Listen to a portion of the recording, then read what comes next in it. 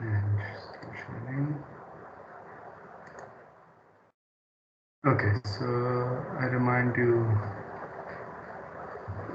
what we were trying to do. We were trying to prove McMahon's conjecture. So,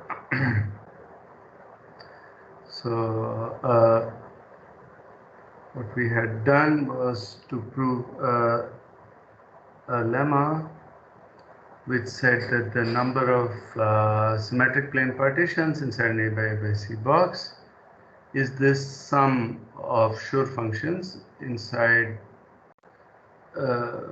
evaluated at these alternating powers of Q, where you sum over all partitions inside this A by C rectangle. I think I drew it somewhere. Okay, can't find it. Oh, never mind. So you can see it's just C 8 times. So it has height A and width C. Okay, so we proved that using by going through these column strict plane partitions, and for which we had made the correspondence with Schur functions, and I gave one example at the end. Okay, so this is the first ingredient towards proving McMahon's conjecture. The second ingredient is going to require some background on classical group characters. So let me. So that's what I want to show you in the first maybe half of the class. Okay. So this is background.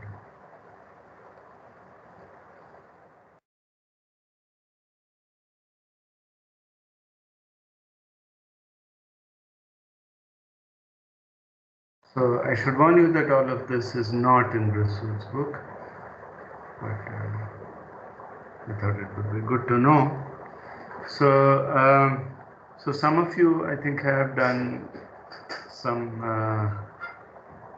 representation theory, but if you have not, it doesn't really matter. I mean, you can take this completely independently. Of course, this is less motivated, but you know,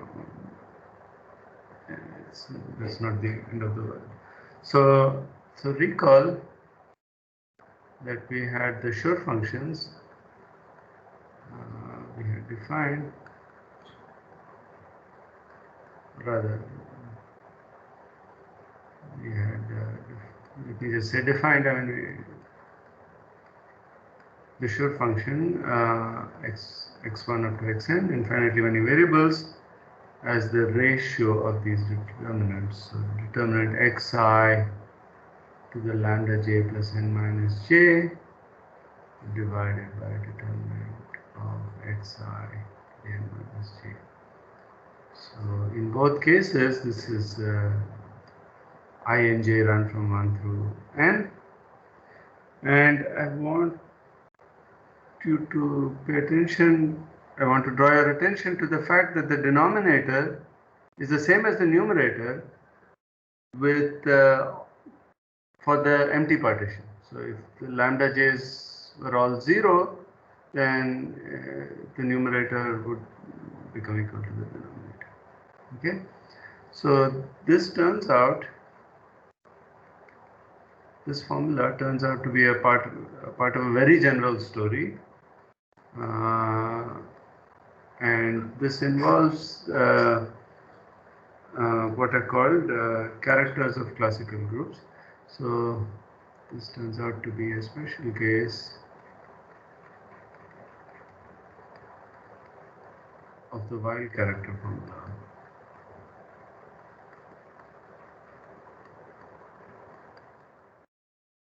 So I'm not going to go into too much detail here, but let me just say that for many classical Lie groups, there is you have representations which are indexed by partitions, And for these representations, which are sort of again special, these are called polynomial representations. So for them, there is a character and the character formula is this ratio of determinants. So Hermann Weyl generalized this to many classes of groups, but what we so in particular, so this formula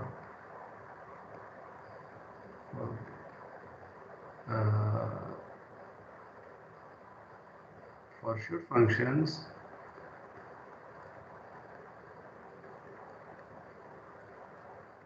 is the character of the group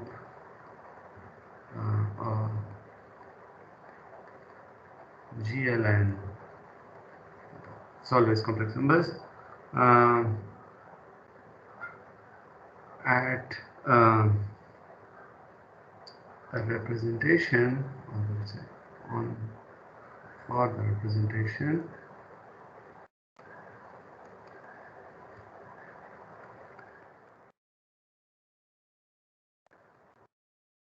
indexed by lambda. Okay, so I don't, this is just to be treated as an aside. I'm not explaining these terms because they're not really relevant, but the point I want to emphasize is, so thus Schur functions are also called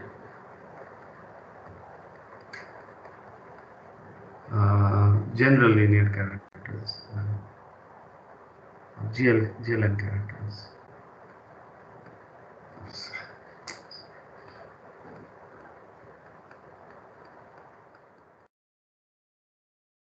Okay, so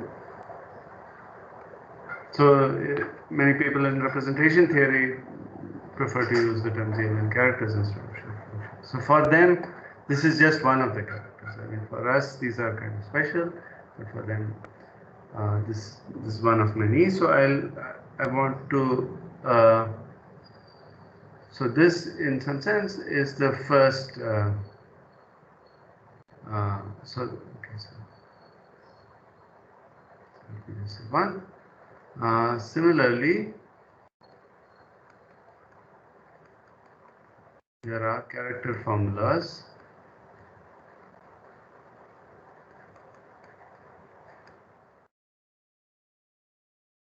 for other classical groups, matrix groups.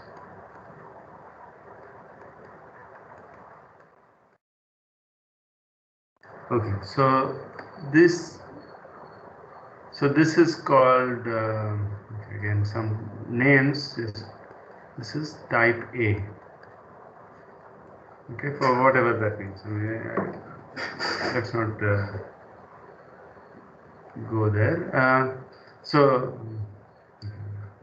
I can say some more if you want, but okay. So I want to describe the other types, formulas for the other types. So the orthogonal group.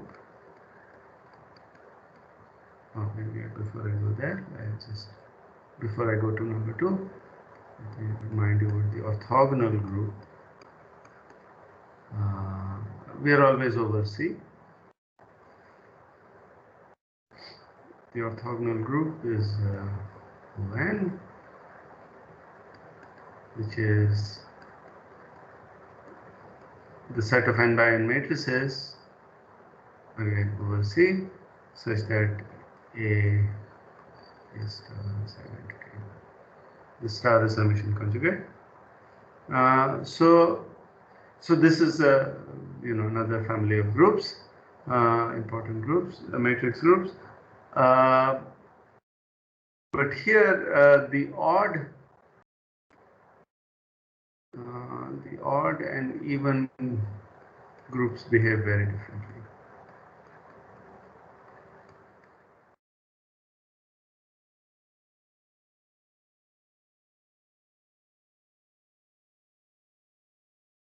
So first I want to focus on the odd group. So the odd orthogonal characters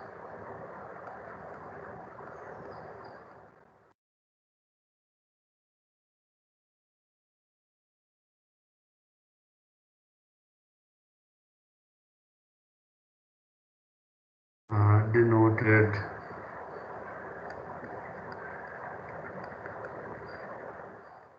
SO odd lambda indexed again by partition lambda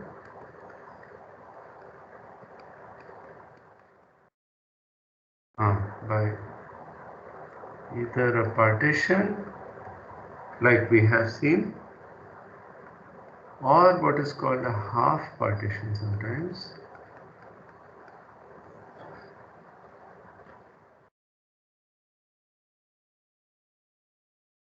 which is a partition with half integer entries, with entries in n plus half. So each entry over there has to be a half integer. And okay, so I'll say something about that. Lambda. So again, we use the same term. So lambda can be either a partition, in which case all of its entries are integers, or a half partition, where all of its entries are half integers. And that's lambda 1 to lambda n. Characters is given by. Okay, so here's the formula again as a ratio of determinants, SO odd of lambda. If lambda has n parts, yeah, okay, so it's a bit confusing, but if lambda has at most n parts, then you can, if it is an integer, you can pad it with zeros. If it's a half partition, sorry, if it's a partition, you can pad it with zeros. If it's a half partition, then you're not allowed to pad it with zeros, because all entries have to be half integer entries. So this has to have exact length. So this is the ratio of the following determinant, xi to the lambda j plus n minus j plus half minus xi to the minus lambda j minus n plus j minus half, 1 less than equal to I j less than equal to n, divided by the same kind of determinant with no lambda j. So n minus j plus half minus xi to the minus n plus j minus half.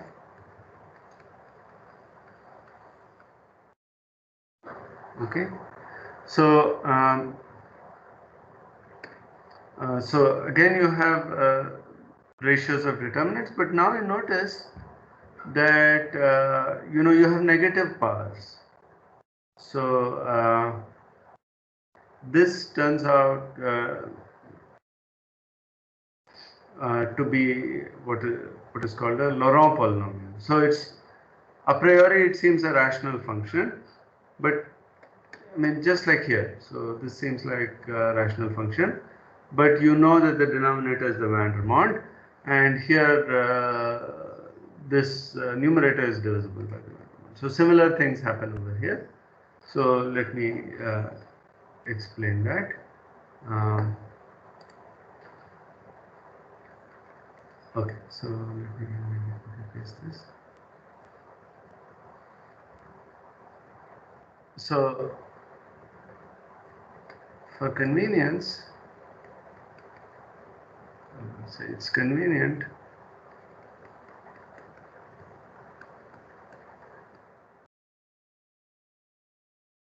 to write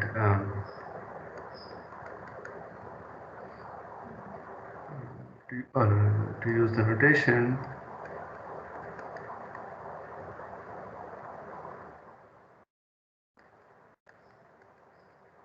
x bar for 1 by x. So then this this is xi raised to lambda j plus n minus j plus half minus xi bar to the same thing, and similarly xi to the n minus j plus half minus xi bar to the same. Okay. Now another nice thing that happens in all the cases that I'm going to describe is that the denominator has a nice product formula, and these are called the Weil denominator identities. So the Weil denominator, again this was discovered by Hermann Weil. The Weil denominator identity here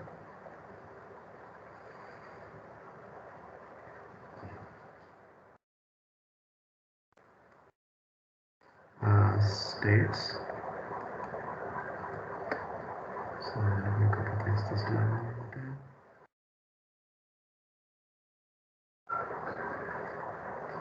Oops, sorry.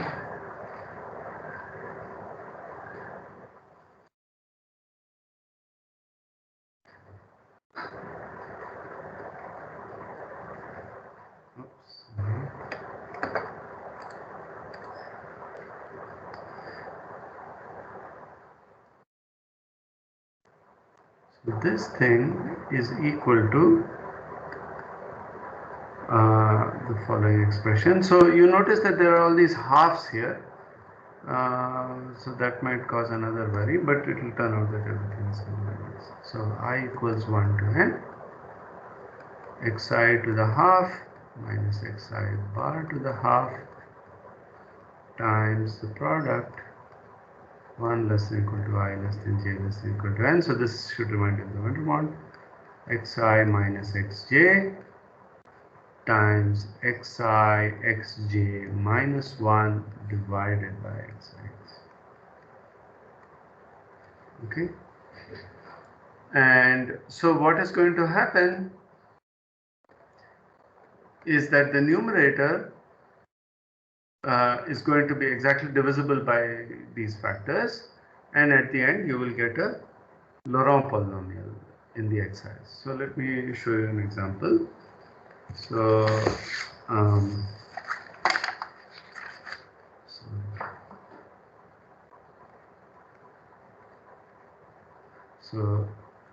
I will leave it for you to verify this. I'll just show you for the numerator. So SO odd of 1 0 at x1 x2. I mean this is a sort of silly example, but already this is computationally heavy. So let's do that. So this is determinant of x1 to the 5 by 2 minus x1 bar to the 5 by 2. Why is by 5 by 2? So let's see. So lambda 1 is 1, n is 2.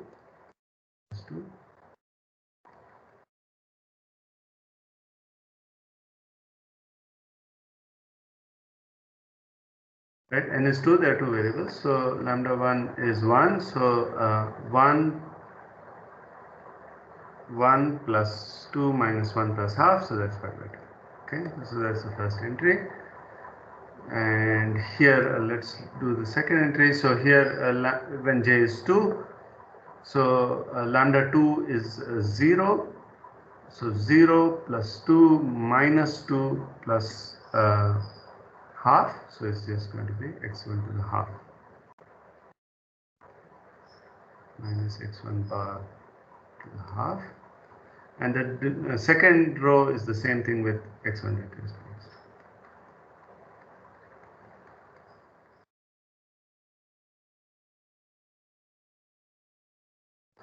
And divided by using the Weil denominator identity, this is just product I equals 1 to 2 xi to the half minus xi bar to the half. Here there is only one term with I equals 1 and j equals 2, so that is I'll write it another way. So it's x1 plus x1 bar minus x2 minus x2 that you can check becomes this thing. So it becomes x1 minus x2. So if you factor out x1 minus x2, you will get 1 minus x1 bar x2 bar. So which is that? Okay. Any questions, by the way?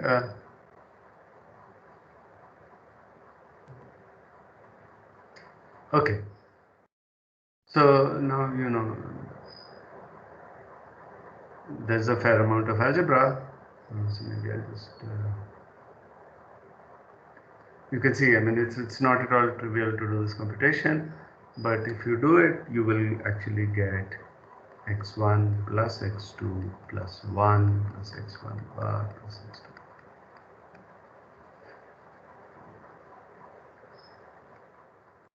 Okay. So you don't have to trust me. You know, you can do this computation yourself. So I want to point out a couple of things. So notice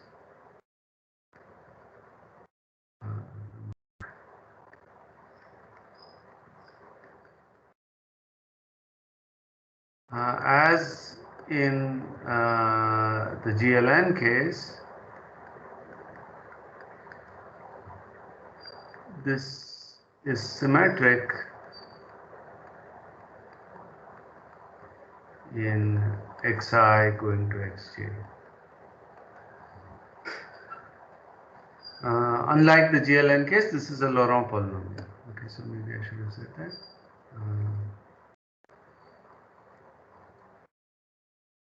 I'll write it. Unlike the GLN case, this is not a polynomial, but it's a Laurent polynomial. So for those who don't know, you know, a Laurent polynomial is like a polynomial, but it has it has negative exponents also. A Laurent series is like a formal power series, like we have seen before, except that you cannot go all the way down to. I mean, the negative exponents are bounded. You cannot sort of go arbitrarily below, but you can go arbitrarily higher. Right? So, like our formal power series. Okay, so just to tell you. So in addition to our this symmetry, there is the symmetry which is xi going to xi bar.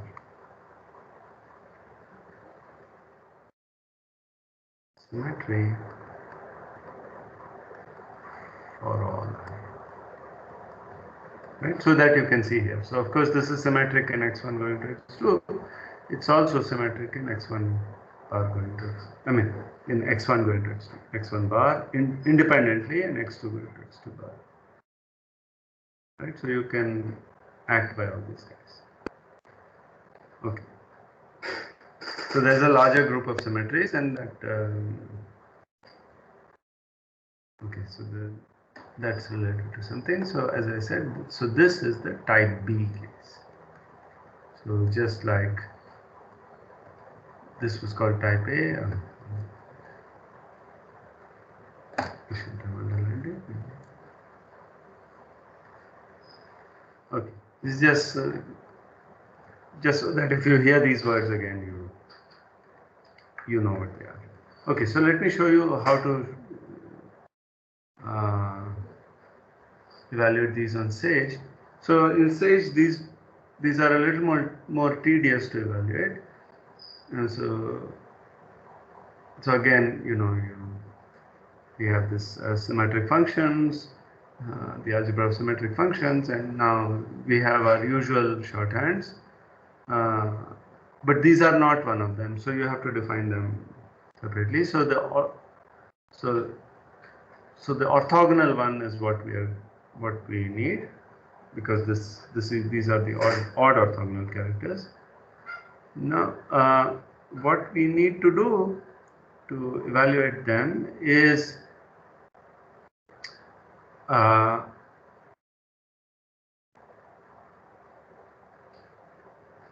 is a bit more tedious. So let me show you. So if you take so if you take all the partitions of size 3 and you evaluate these orthogonal symmetric functions, these are genuinely symmetric polynomials. Okay. So for example, here is what they look like for the partition 3. So maybe I should expand in 3. So the first one is for the partition 3, this is for the partition 2, 1, and this is for the partition 1, 1, 1. Okay. But now what do you do? So so what we will need to do is to so for example, let me show you for this partition. So for this partition, what we are going to have to do is to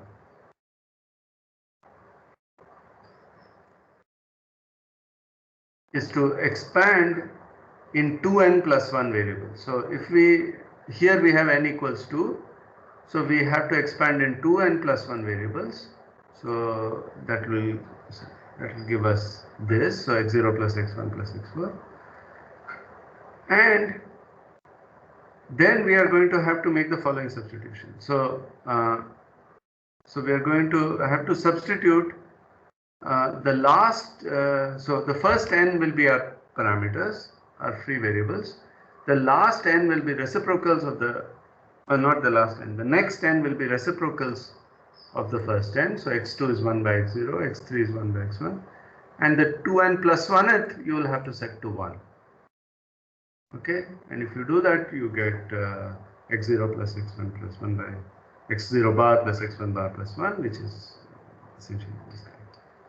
And the reason for this is implemented is because these are what are called universal characters. These are not the characters coming from here. So these are infinite variable generalizations of these, and it turns out that that's what one has to do. Okay. I'll of course share this on CoCalc. But this is the general idea. Are there any questions?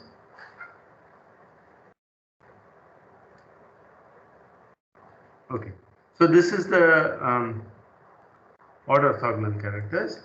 Next, let me go to the symplectic characters. So the symplectic group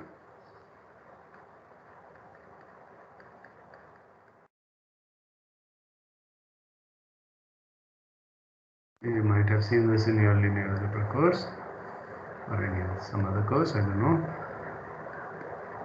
is a matrix group of even size. So this is the one way of defining it is the set of all matrices size 2n which satisfy A star omega A is omega, where omega is the 2n by 2n matrix which has this block decomposition. So it's the n by n identity matrix over here, n by n, the negative of that over here, and zeros as the diagonal blocks. I n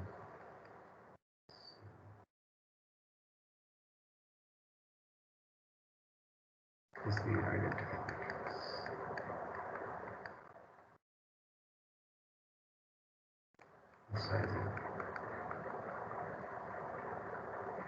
Okay, so the symplectic character of it, again I'm running out of space. So this is type C, just to tell you. We go to the next page. So the symplectic character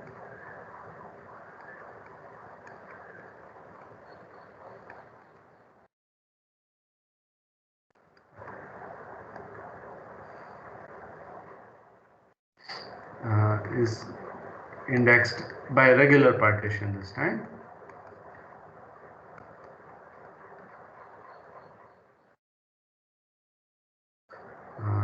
Lambda, which is lambda 1 up to lambda n.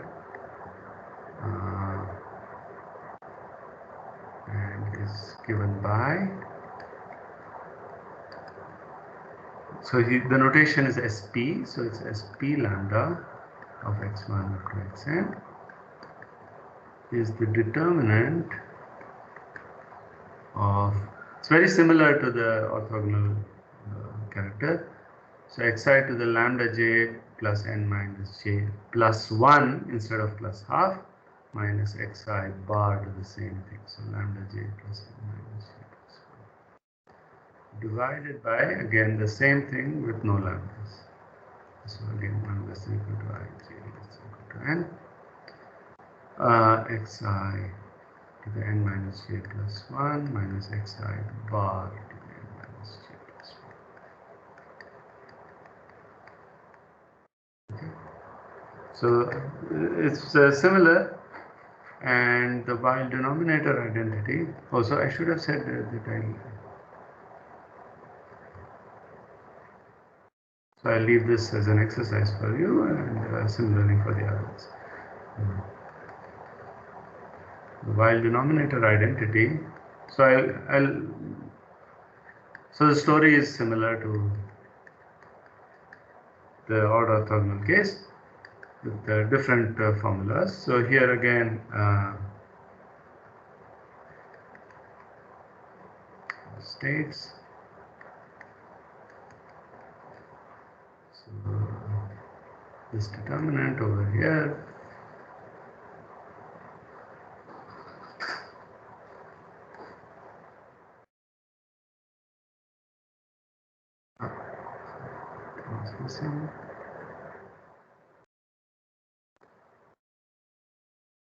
this is equal to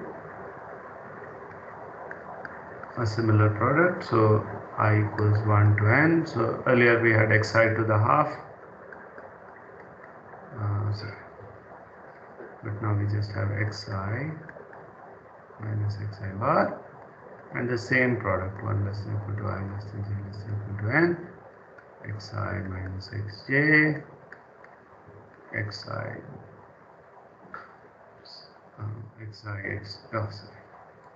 xj minus 1 divided by xi. Or I could have written 1 minus xi bar x. Okay. So that is a similar identity, and let me do another example. So SP again of 1 0 x1 x2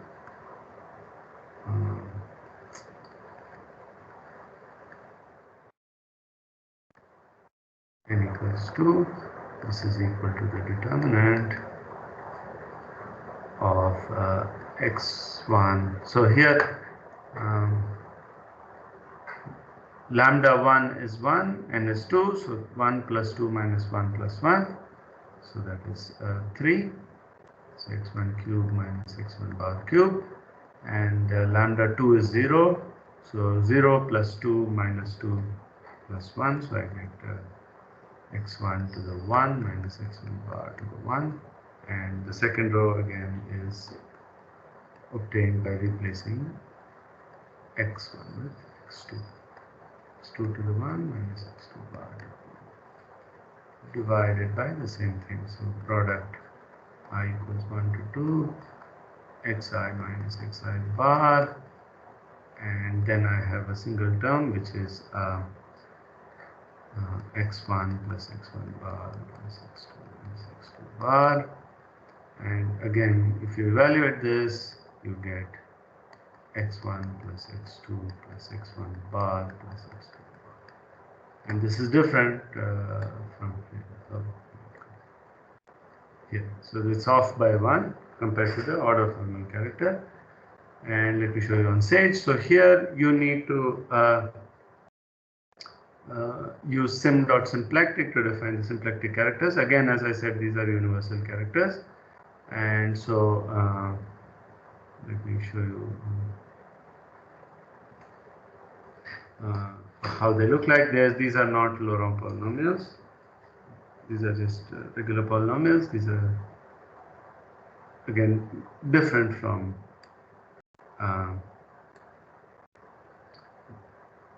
the orthogonal characters. So this for partition 3, for partition 2, 1, and for the partition 1. So these are not as nice as show functions. In particular, they are negative signs. The other thing that's problematic is that these are not of constant degree. You see, I should have said that here also. So even for the orthogonal characters, these are not, I mean, these have degree 3, but these have degree 1.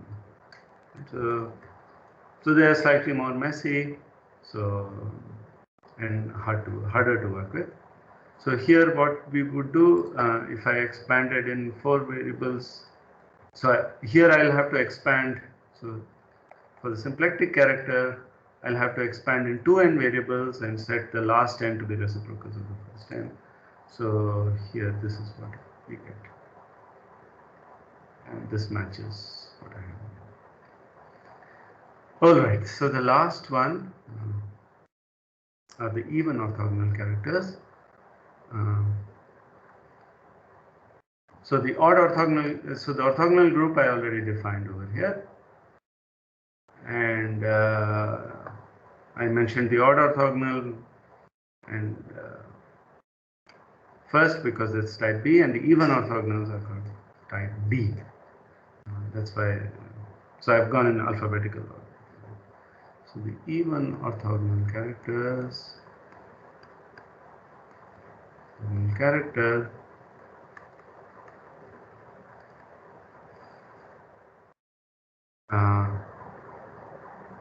indexed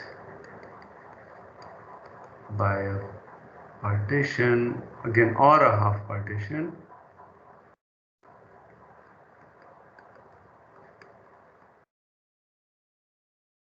lambda, this is lambda 1 up to lambda n of length n, is again a ratio of determinants, so O even. So the notation is a bit different. So here we are not using SO of lambda. Here we are using O of lambda, and there's a reason for that, which I don't want to get into. Already this is a bit of a digression. So this is the determinant of xi to the lambda j plus n minus j. But here this differs from the others because there's a plus sign here. So this is plus xi bar to the lambda j plus n minus j. So this differs from the symplectic in that there's no plus 1, and also that there is a plus instead of a minus. And the denominator has one additional factor for a trivial reason, which I'll explain in a second. This is the Kronecker delta. So if lambda n is 0, the last entry, you get a 1 over here. So you get an extra factor of 2, otherwise 0. And the denominator is the same thing. So this with no lambdas. So it's xi to the n minus j plus xi bar. In both cases, I and j run from 1 to n. And I'll explain this factor soon when we do the example. So the Weil denominator identity here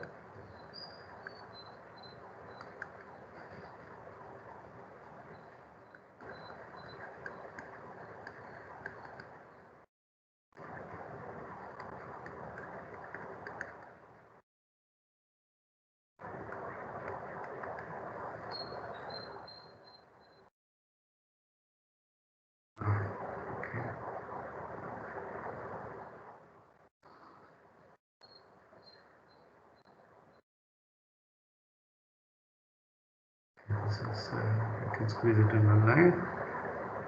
This is, oh, I didn't need that.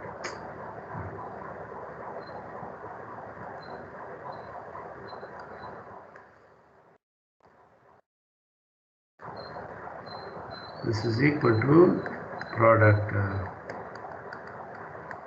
just that last product factor, which was there earlier, which is xi minus xj, xi xj minus 1 by xi. Okay, just that the last factor, and let me do an example. Oops.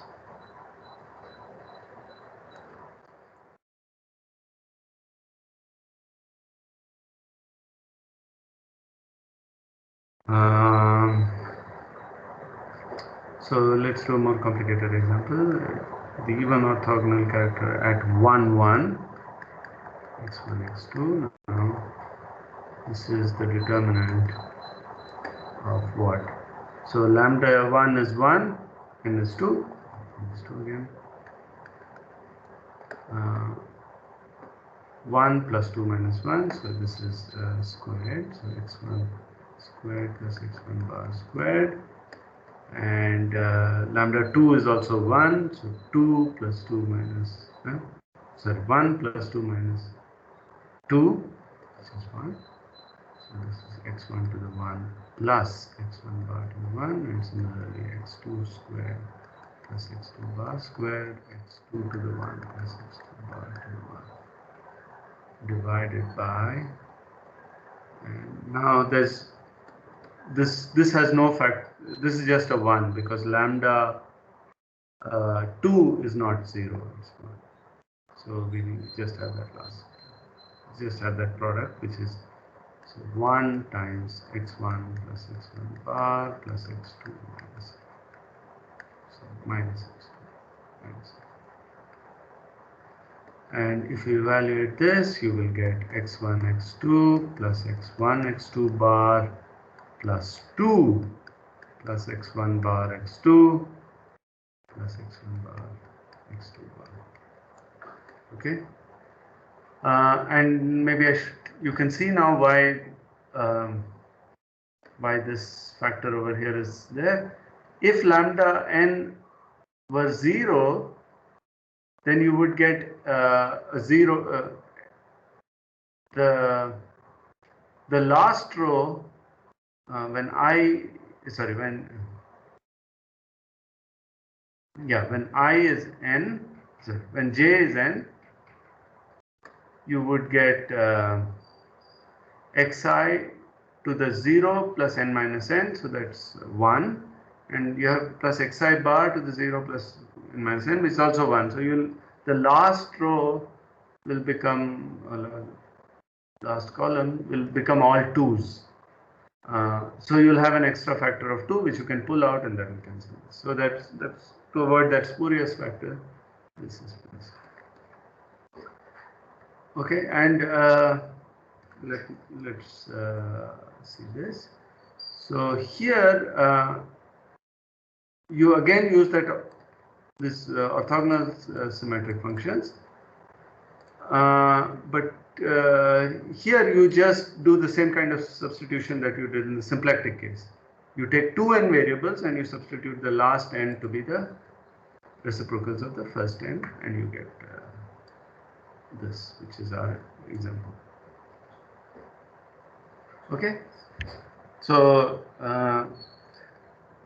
maybe I didn't stress it enough, but this remark that I mentioned for the odd orthogonal characters applies to the other ones also. So there is symmetry in xi going to xj. These are Laurent polynomials, and they have this additional xi going to xi bar symmetry, which was of course there here trivially, but here it's there a bit more non-trivial.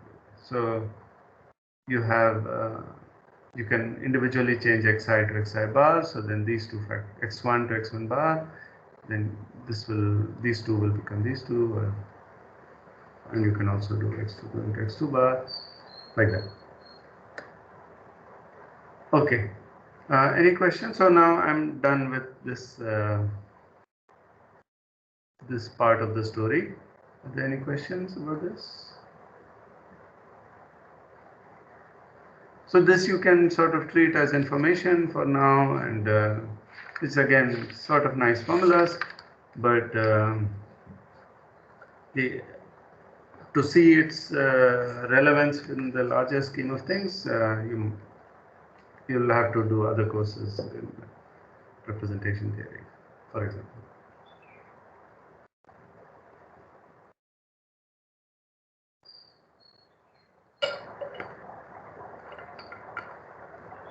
Okay, so now let me come back to our story. So we remember we proved um,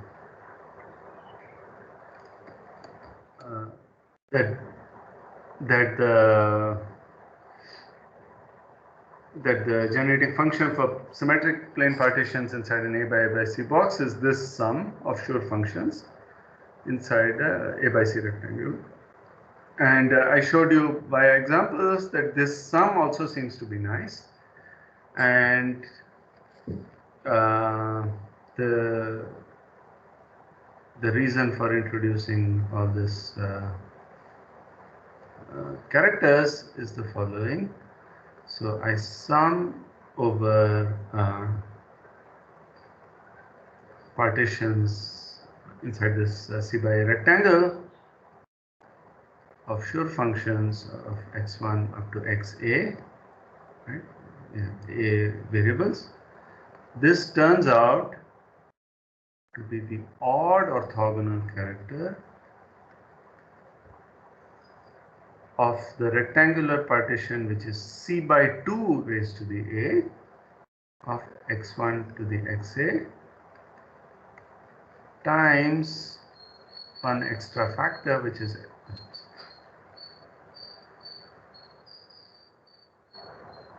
x1 times xa raised to the C by 2.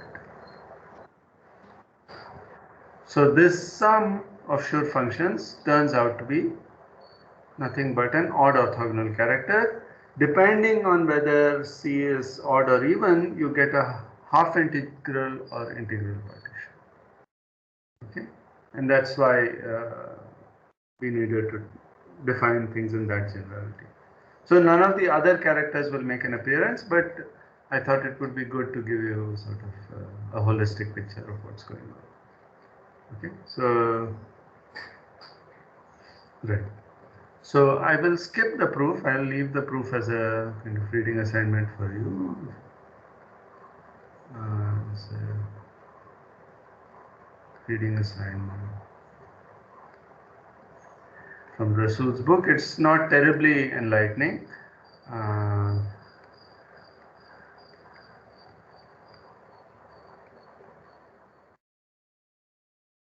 It's basically an induction proof, and there are a lot of technical details, so I don't want to get bogged down in that in class. So I leave that for you. Okay. Okay. So if we assume this,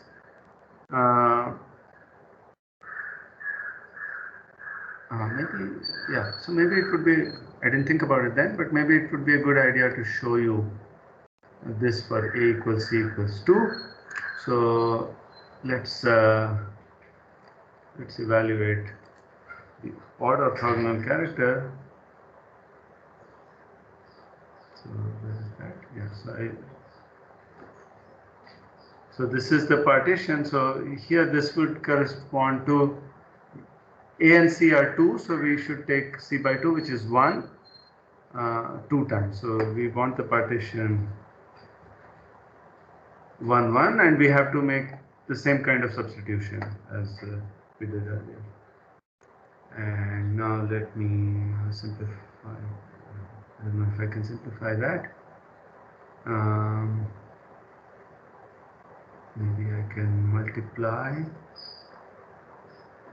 by x0 times x1.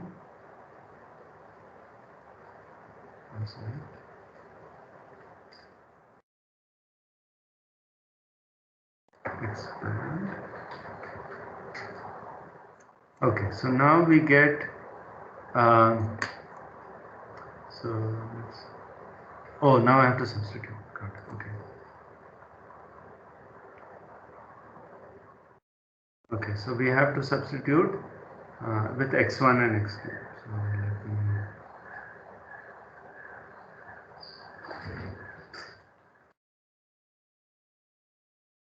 x0 is q and x1 equals q cube.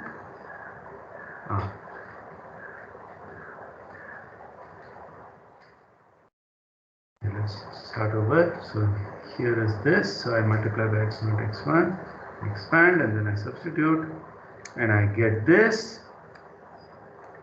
So we have all terms from 1 up to q to the 8 with q to the 4 occurring twice.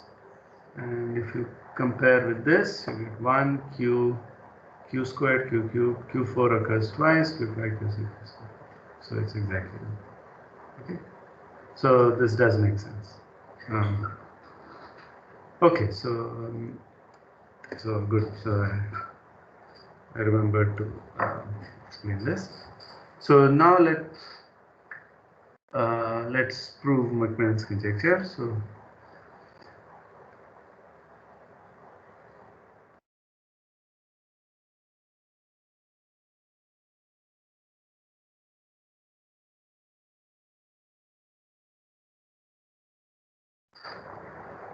all right. So we have to evaluate.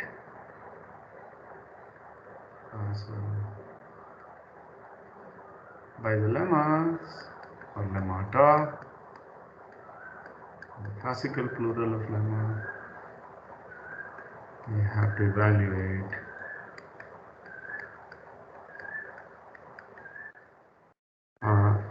SO odd of c by 2 to the a, q cubed, let me do it the way I do it. So q to the 2a minus 1, etc. up to q cubed, q to the 1. It doesn't matter, of course, it's a symmetric function. Okay, so now going back to our formula over here, I have this numerator and I have this denominator, right? So I have to evaluate both of them separately. So the denominator, we already have the Weil denominator identity. So let us use that. Okay. So okay, before that, I have to evaluate this also. So that is times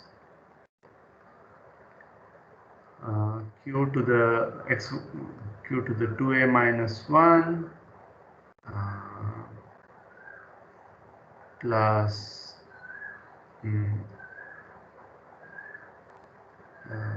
plus 3 plus 1 times c by 2. Okay. Okay. So we have to also take care of this factor at the end. Okay, we'll do that. Okay, so the denominator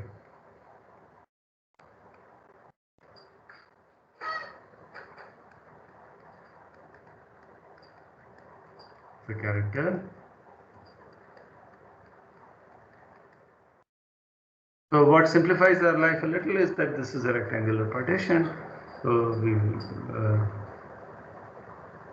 so the first factor was the product I going from 1 to a of xi minus xi bar. Xi is what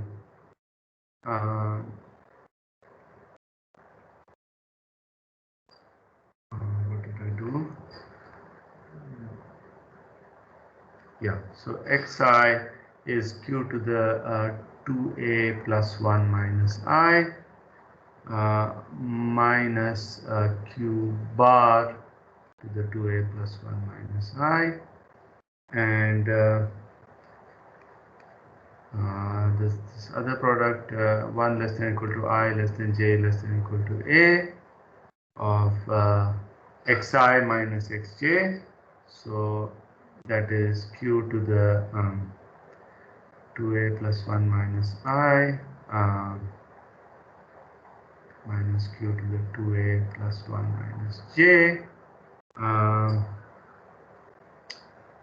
times xi xj. So that's q to the 4a plus 2 minus I minus j minus 1 divided by the same thing. So q to the 4a plus 2 minus I minus j. Right. So this is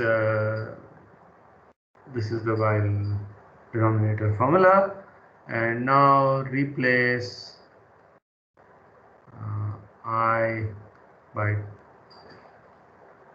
a plus 1 minus I and j by a plus 1 minus j, and so you get this.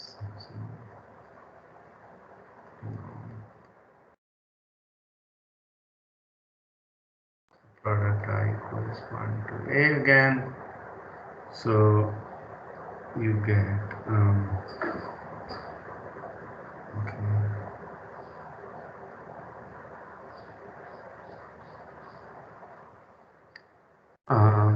What have I done? I just want to be careful here. Oh, sorry, there's a half here cut. Okay.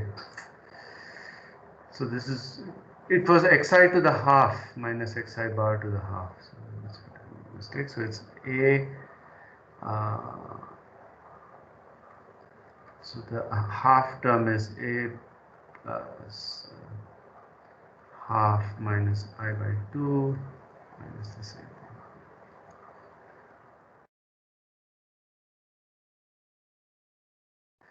So it'll be only I, right? Because we're taking 2 steps at a time. Sorry, where? Yes, minus I. Thank you. Yes, that's right.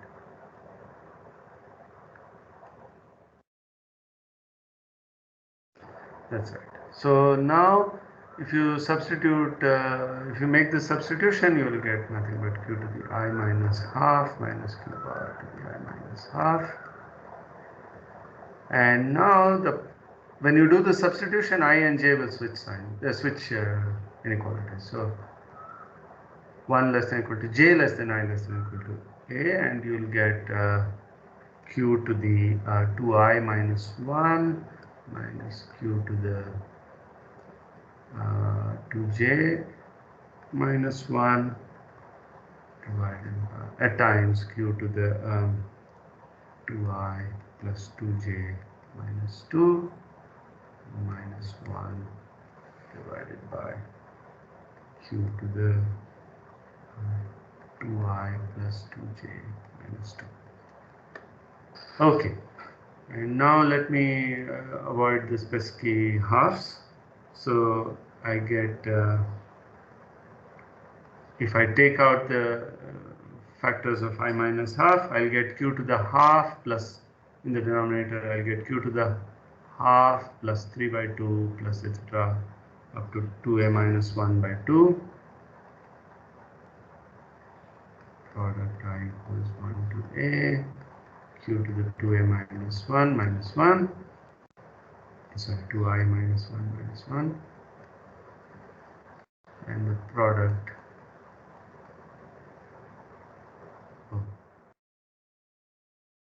okay.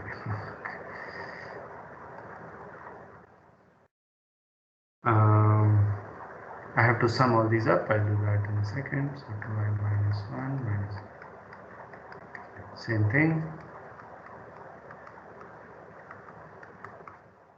And the whole thing, this part divided by,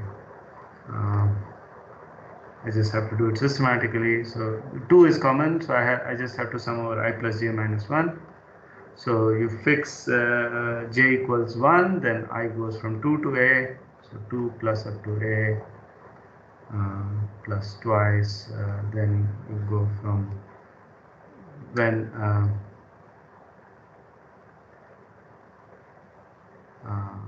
j is, what have I done? When when j is 2, then it will, I will go from 3.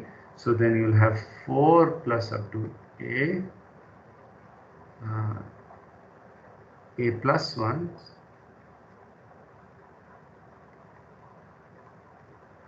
plus etc. up to twice. Last term will be 2a minus 2. Okay, and now if you simplify all of that, the first term will give you 1 by, this is the first odd things sum to a squared, so I get q to the a squared by 2. Sorry. That's the first expression. The second one will be I claim twice the 2 outside 2 times a squared times a minus 1 by 2. Okay, these things inside the 2 sum up to that. Actually, you don't need to know what it is. It will actually cancel from the numerator also. So don't worry too much if you don't care. You don't follow about this. Follow that computation. It's going to cancel, whatever it is. So now we have this, and so I'm just copy pasting the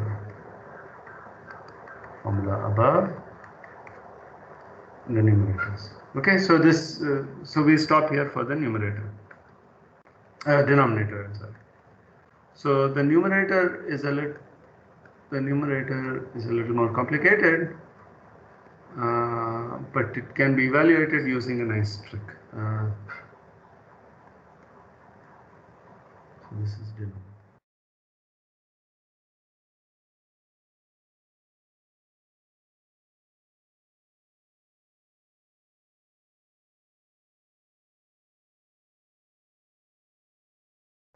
Okay, so let's see what that is.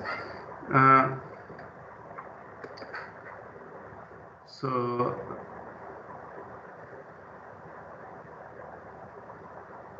first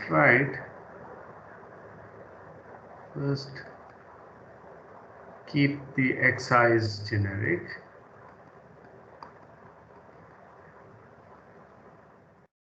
And the partition is still c by 2 power a, and write numer is equal to the determinant. These are a by a determinants. I'm not going to write it again and again. So the lambda j is always c by 2. N is a minus j plus a half minus xi bar to the same thing. So c by 2 plus a minus j plus a. Okay, now using the Leibniz expansion. So if you use the Leibniz expansion, you'll have for each permutation, you'll have a term like this. So corresponding to each permutation, there are 2 to the a terms, because there are 2 terms in each entry. So what we can do, because the 2 terms are so similar, we have another sum over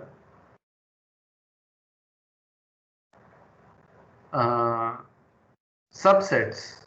So for each, not subset, for each entry we can choose either this or this. So we will choose subsets of 1 through a where you pick this term, let's say, and that will give an extra minus sign.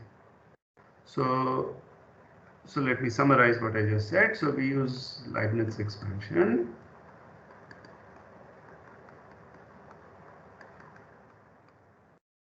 For each permutation sigma in SA, we also specify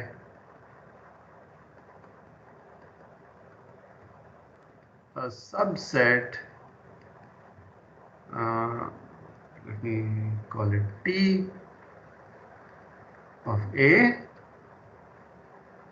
where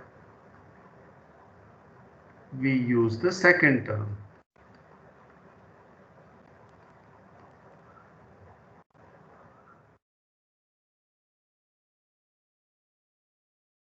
Okay, so let epsilon j be minus 1 if j belongs to T. So epsilon j depends on T. I'm not writing that. Is plus 1 if j does not belong to T. Okay, so then the numerator,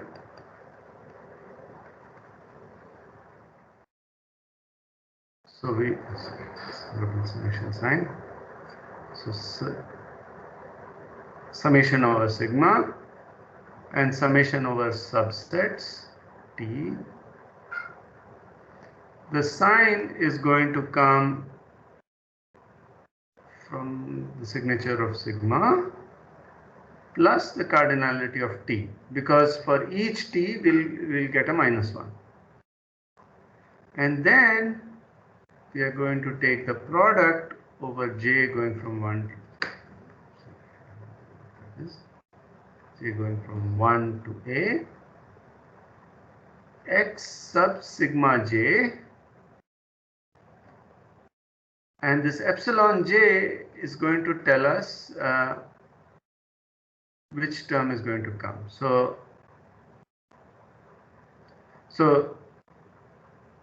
you get a minus, so whenever epsilon J comes, for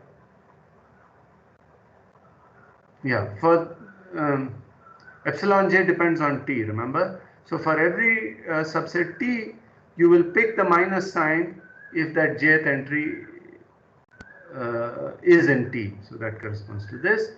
So you will get epsilon J times C by 2 plus A minus sigma J plus A.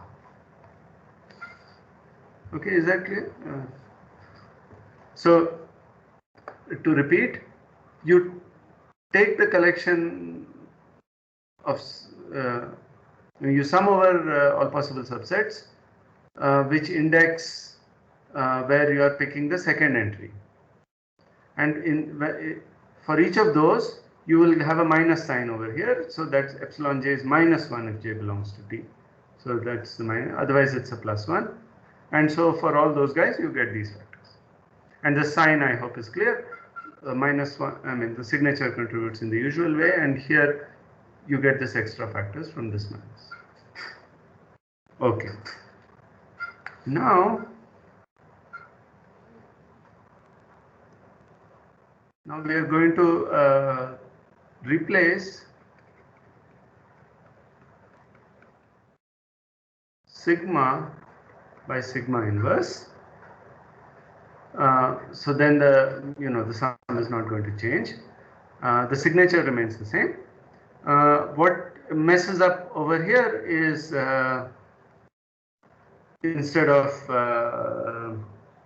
sigma j, you will have sigma inverse j. So rather than putting the index here, we will put the index of sigma over there. So you would have gotten epsilon. Sorry, I'm getting myself confused. Sorry. No, this should have been a j. I apologize. Sigma j is over here, so the j comes over there. And now what we are going to do is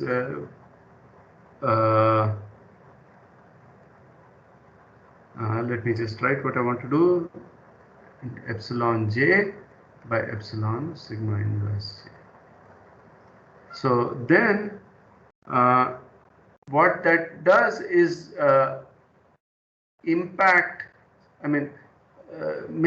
ensure that sigma occurs only here. So we get numerator is equal to sum over sigma in SA, sum over T subsets of A as before, -1 to the sine of sigma plus the cardinality of S times the product j equals 1 to A of xj to the epsilon j. So now these indices will match, and I'll get C by 2 plus A minus sigma j plus A. Okay, so what this has done is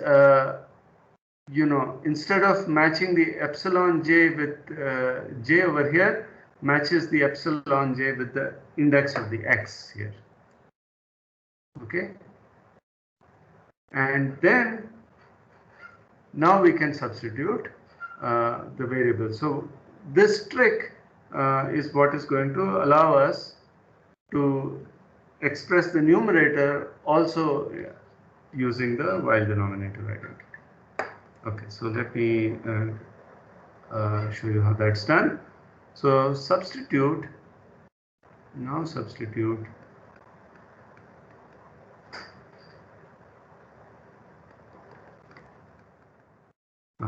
xj to q to the 2a plus 1 minus 2j. So that's what we needed to do, right? Because x1 is q to the 2a minus 1 all the way up to xa is q to the 1. So then numerator is equal to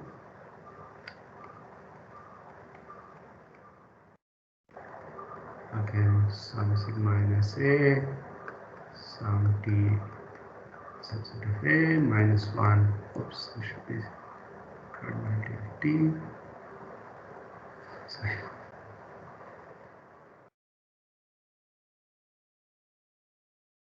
This is minus 1 to the sine sigma plus cardinality of t. And now we take the product j equals 1 to a q to the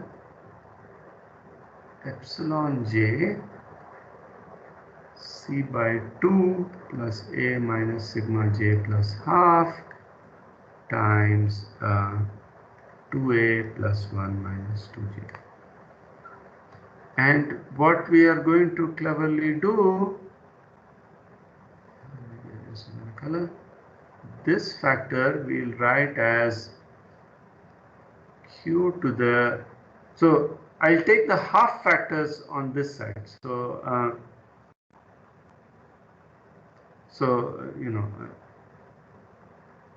I'll multiply the first factor by 2 and divide the second. So I'll get q to the c plus 2a minus 2 sigma j plus 1 raised to the a plus 1, a plus half minus j. And what this allows me to do is to think of this as a variable and write this back as a determinant. So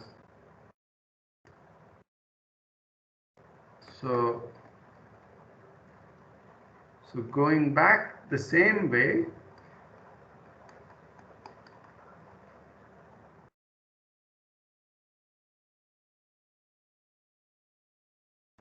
we can now write this as a determinant.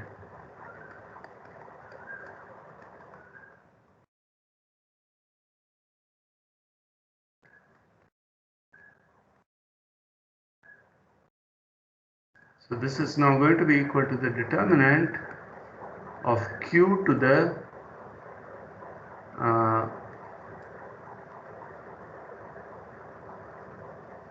c plus 2a minus I plus half, minus I plus 1 raised to the a plus half minus j minus q bar to the same thing. So q bar to the c plus 2a minus I plus half, I plus 1, sorry, a plus half minus j. And what this has done is switch the roles of I and j effectively. And we are now back in the setting of the Weil denominator identity with xi replaced by this q to the whatever. So if you remember, let's go back to our Weil Wilde character formula. So it was xi to the n minus j plus half. So that's what we have arrived at. Okay. So xi. So where these xi's are now complicated and involve c. Okay. So earlier we had this. The exponent involved c now, but now with some switching of the order of summations and whatever, we have managed to bring the c into the xi's, and this is as before. Okay, so now this can be evaluated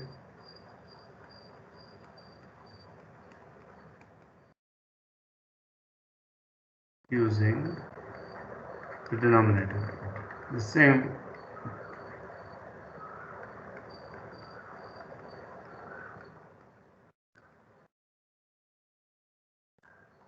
And we get what?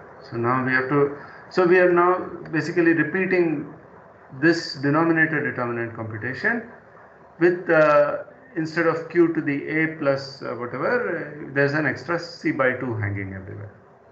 Okay, so I'll just repeat that computation. I'll repeat the first few steps.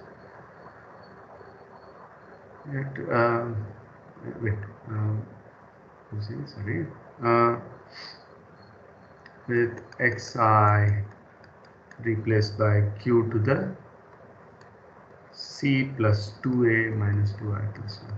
So earlier we just had 2a minus 2i plus 1, and now we have these extra factors of c. So the numerator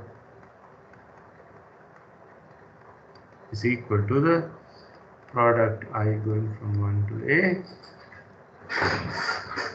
of so we have xi to the half, so I have q to the c by 2 plus a minus I plus half minus q bar to the same thing, c by 2 plus a minus I plus half times, so I have a huge product, so let me write it in a separate line, product 1 less than equal to I less than j less than equal to k, q to the c plus 2a minus 2i plus 1 minus q to the c plus 2a minus 2j plus 1 times, add those two, so q to the 2c plus 4a minus 2i minus 2j plus 2 minus 1 divided by the same thing, so q to the 2c plus 4a minus 2i 2j plus 2. Okay, again we perform the same tricks. Again replace I by a plus 1 minus I, j by a plus 1 minus j, and then I and j switch roles and take out extra factors. You know, I'm repeating the same kind of calculation and take out extra factors of q to get what. Okay, so now let me do this in one shot.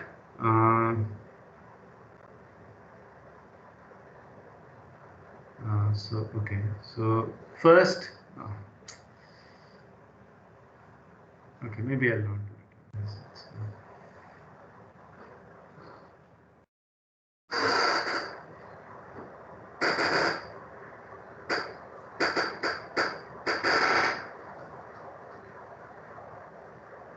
So I'll get this is equal to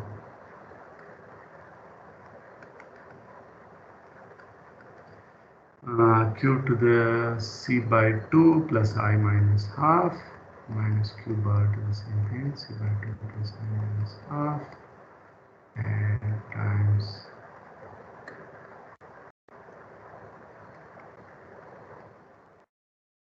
product over ij becoming a. Oh, so now I and j switch roles. So I get q to the 2I.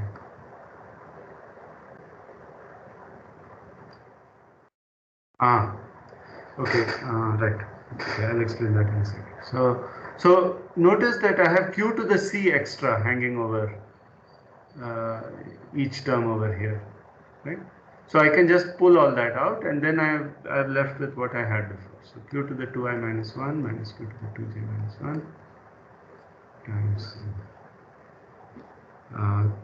q to the, here I can't do that because there's a minus 1, so I have q to the 2c plus 4a plus 2I minus 2j plus 2 minus 1 divided by q to the 2c plus 4a minus 2I minus 2j plus 2.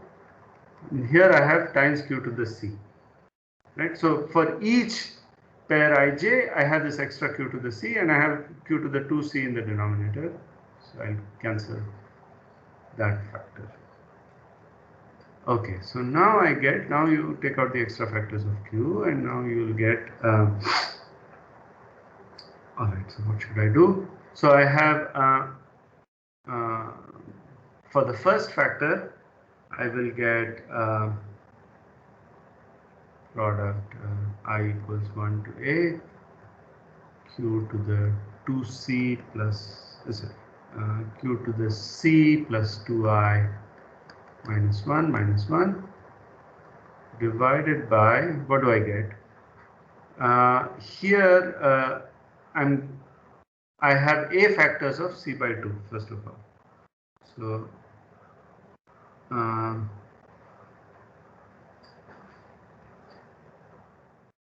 what have I done here?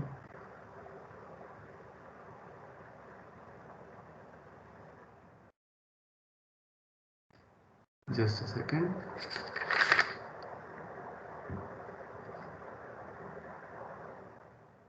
Sorry. Okay, so c minus, so I'll club the c minus ones together, right? So I have a factors of c minus 1 by 2. So I have q to the c minus 1. A times c minus 1 by 2. Plus, then I have q to the 1, q to the 2, etc. So 1 plus 2 plus up to a, that is of course a into a plus 1 by 2. Okay, so this is probably not the most efficient because you see the minus a by 2 cancels this plus a by 2. So let me write it here so that you don't forget it. And now let me take out all these factors. So I have product 1 less than equal to j less than I less than equal to a, q to the 2I minus 1 minus q to the 2j minus 1 times q to the 2c plus sorry, what did I do? Oh no, sorry, I take that back. Here I did some garbage. So here I forgot to substitute I going to a plus 1 minus I and j going to a plus 1 minus j. So this is actually 2c plus 2I plus 2j minus 2, and ditto here 2c plus 2I plus 2j minus 2. Okay, so now I'm back here. Okay, 2c plus 2I plus 2j minus 2 minus 1 divided by what? Well, c occurs a choose 2 times this power of c. So I have q to the c times a choose 2. And then I have this twice I plus j minus 1, which was exactly what was there in the denominator. And so I'll write twice a squared times a minus 1 by 2. This is exactly what I had in the denominator. So let me remind you. This was this factor over here. Exactly the same, which we got from here. Okay, so I'm not doing that computation again. All right. So now we are in a position to finish the proof. We take the ratio. So combining everything now.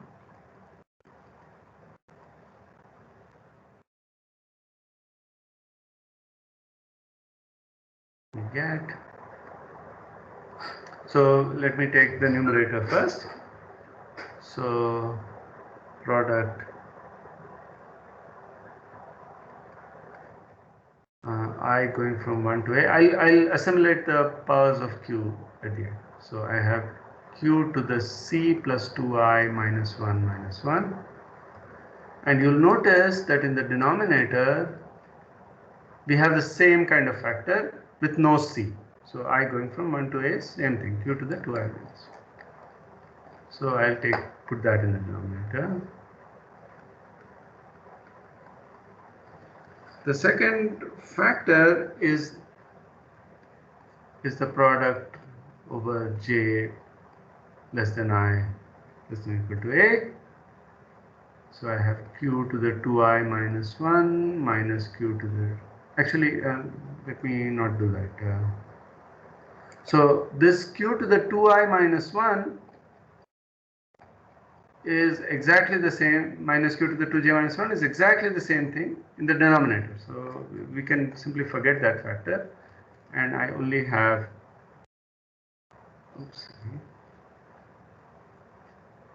q to the 2c plus 2i plus 2j minus 2, minus 1 divided by whatever was the other factor in the denominator, which was q to the same thing with no c.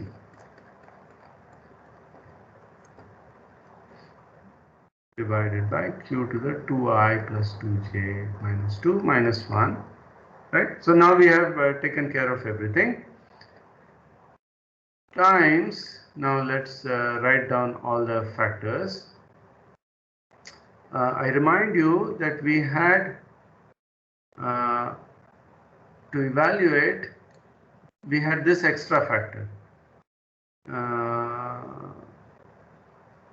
from the second lemma. So if you notice what this is just q to the a squared c by 2. I'll just put that back in, a squared c by 2.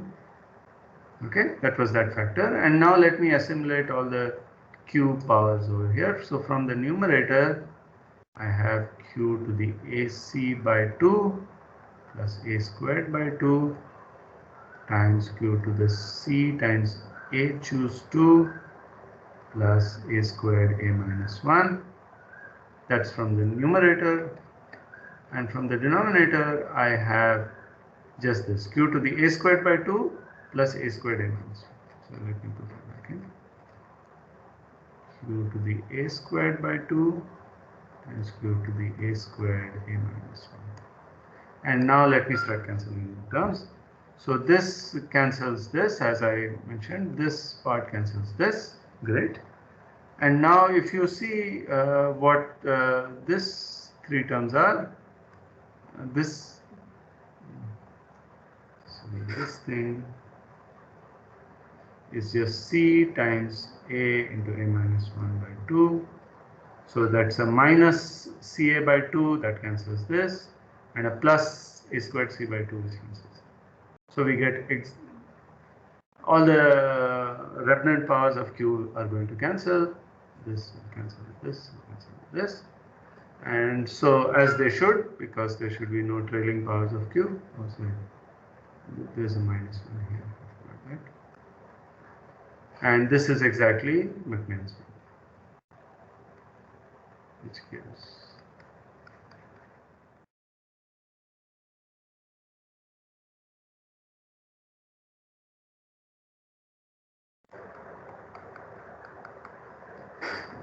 okay, that completes the proof. Any questions about this? I'm just out of time, but if there are any questions, you can take it. So this lemma 2 was what McMahon was able to understand, and even if you had this before, you could not do much, because this is a huge sum, and how will you evaluate this? But once you notice that this can be written in terms of one of the other characters, then Weil's denominator formula was from the early 1900s, so then you could, all the other technology was already there. Okay. All right, so let me stop recording.